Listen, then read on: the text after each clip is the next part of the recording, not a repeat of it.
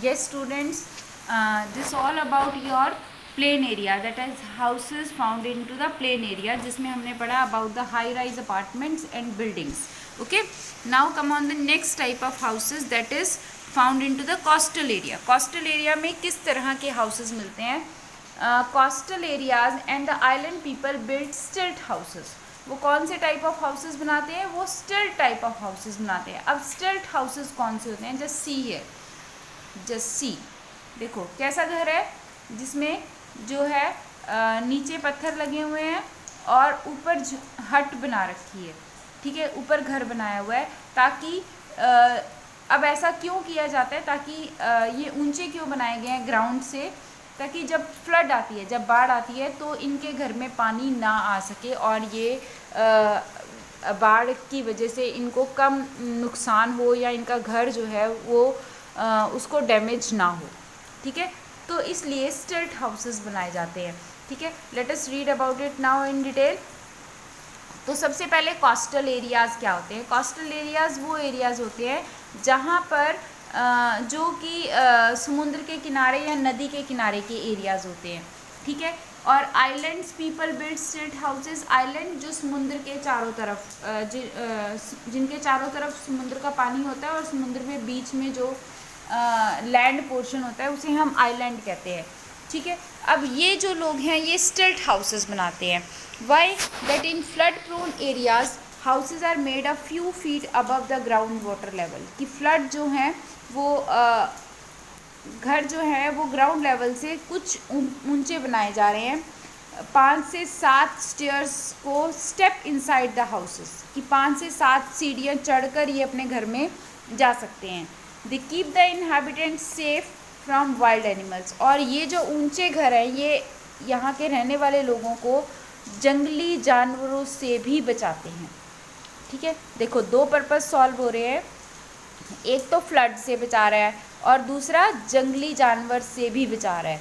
The flood water easily drains. इसकी वजह से अब ये ऊंचा है घर, इसलिए जो पानी है बाढ़ का वो जल्दी से सूख जाता है इनके घर में बिना घुसे. Out from the between and slits without damaging the house. और वो बिना घर को नुकसान पहुंचाए चला जाता है. The stilt houses are made of bamboo, wood and coconut shaft. अब ये बनते किससे हैं? ये बनते हैं बैम्बूज यानी बांस से, वुड लकड़ी और कोकोनट के बाहर का जो कवर होता है नारियल के बाहर का, उससे इन घरों को बनाया जाता है कोकोनट शेफ्ट से. ठीक है, तो ये हैं type of houses that found in the coastal area and this is stilt houses. This is type of stilt houses. Okay, now do you know, just read it. Houses in earthquake prone areas in Japan are built with bamboos and wood. Japan में जो घर हैं वो बांस और लकड़ी के बनाए जाते हैं क्योंकि यहाँ पर अर्थक्वेक्स बहुत आते हैं. क्या आता है? भूकंप बहुत ज़्यादा आते हैं और लकड़ी और बैम्बू के बने हुए घरों में नुकसान कम होता है. Damage to life and property rebuild,